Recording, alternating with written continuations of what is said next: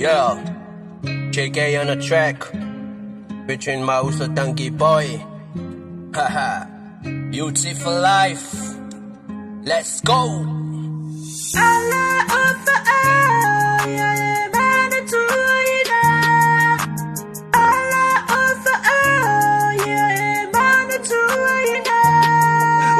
Alofa o se mepi ko siringa ka ua ngafo inga mele tua le ka ngaka se fua le alofa fare usu le alofa fare wo alofa fare makua e se la vale ka ua a ea ai aua lale ko pisa whanongo le musika aua le ika mai kai o vae mapi i lima o lima whanongo le lei mai la sole o palinga Yama o alofa na ia e banga tua ina o le alofa pito stili lava o na taua le alofa o matua Alofa ia e banga tua ina Alofa ia e banga tua ina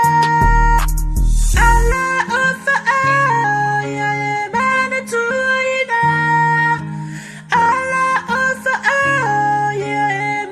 tua ina Ole alofa fa makua e se mataua ka kausi fa perpele o se yo o nga makua awara bangi e pangalo le alofa nga yo makua mai le kele o kausanga male iwa o masinga ele mapainga pangalo inga ye mga kuwa kura tongo e lima pai mai ea ya elawa yo makua e kale vale valo soy tua ora kakalo ya umi lua soy fua ka koke makai le ngei no rangi le kumau pamangalong se mangi le angola upanga pamangalong se mangi le angola upanga awa ortua male lumanga yo aso asau teke koe pingi mai le kalisau Alofa ia e bana tuina Alofa ia e bana tuina Alofa le wo, ele fangalo.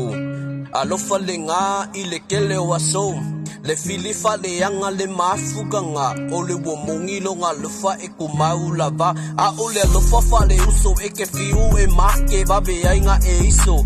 Ayo oi pupunga e kumeo ia yo au kafa e le malue lue lava longa lofa. Ai kaualunga umai le alofa le atua. Fa apeka i le karengi. Le olama le malosi ua ye foa i mai re ua kako wola fia fia i le ngei rangi due mai. Da ia i le musika. e kuku ngei ro le kaua i misa yeah Alofa ia e bana tuina Alofa